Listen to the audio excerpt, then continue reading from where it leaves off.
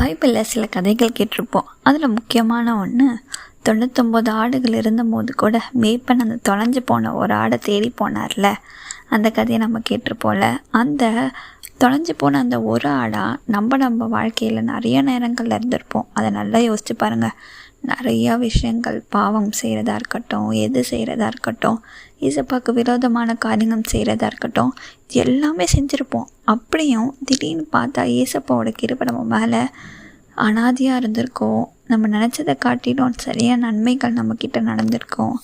அந்த தொலைஞ்சு போன அந்த ஒரு ஆடாக இருக்க நம்மளை ஏசப்பா தேடி வந்து மீட்டு கொண்டார்ல. அதனால் நம்ம மேலே இவ்வளோ கிருபை வச்சுருக்க ஏசப்பாவை மறக்கவும் கூடாது. அதான் தேடி எடுத்துட்டாரே, நம்ம வாழ்க்கை போன போக்கில்னு இருந்துடக்கூடாது.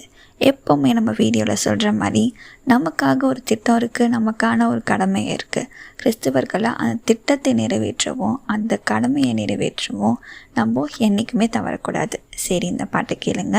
தொலைந்து போன என்னை தேடி வந்தீரே, உமது ஜீவன் கொடுத்து மீட்டு கொண்டீரே, ஆகாதவன் என்று தள்ளின என்னை மூளைக்கு தலை கல்லாய் மாற்றி விட்டீரே, மூளைக்கு தலை கல்லாய் மாற்றி விட்டீரே, உமக்காக யாவையும் சகித்துக் கொள்வேனே, என் ஜீவனையும் பொருட்டாக நினைப்பதில்லையே, நீ தந்த ஊழியத்தை நிறைவேற்றிட, நீ தந்த ஊழியத்தை நிறைவேற்றிட, ஆசையுடன் தினம் ஓடுகிறேன், ஆசையுடன் தினம் ஓடுகிறேன்.